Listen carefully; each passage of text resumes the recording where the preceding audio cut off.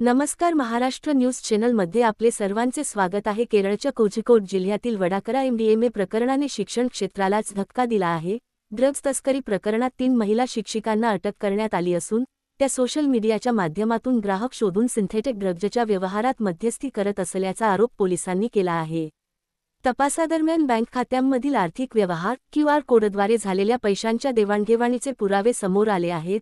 या प्रकरणाचा तपास सुरू असून आणखी काही आरोपींना अटक होण्याची शक्यता पोलिसांनी व्यक्त केली आहे.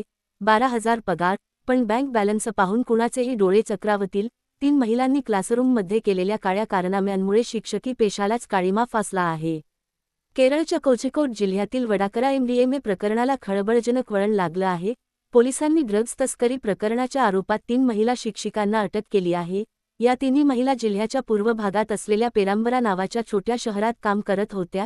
या महिला शिक्षिका ब्लॉक रिसोर्स सेंटरच्या होत्या, ज्या समग्र शिक्षा केरळच्या अंतर्गत काम करतात. District anti narcotics special action फोर्सने ही कारवाई केली आहे.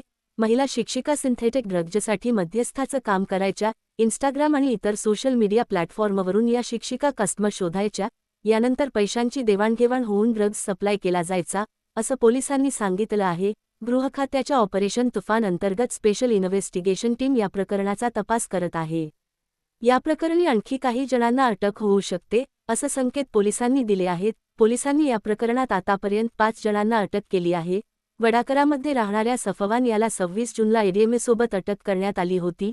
त्याची चौकशी सुरू असताना पोलिसांना QR कोड आणि बँक खात्यांबाबत महत्त्वाची माहिती मिळाली.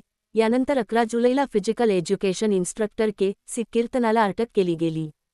कीर्तनाच्या बँक खात्यामध्येही पैसे ट्रान्सफर केल्याचे पुरावे मिळाले. शिक्षक हा समाज घडवणारा आदर्श असतो.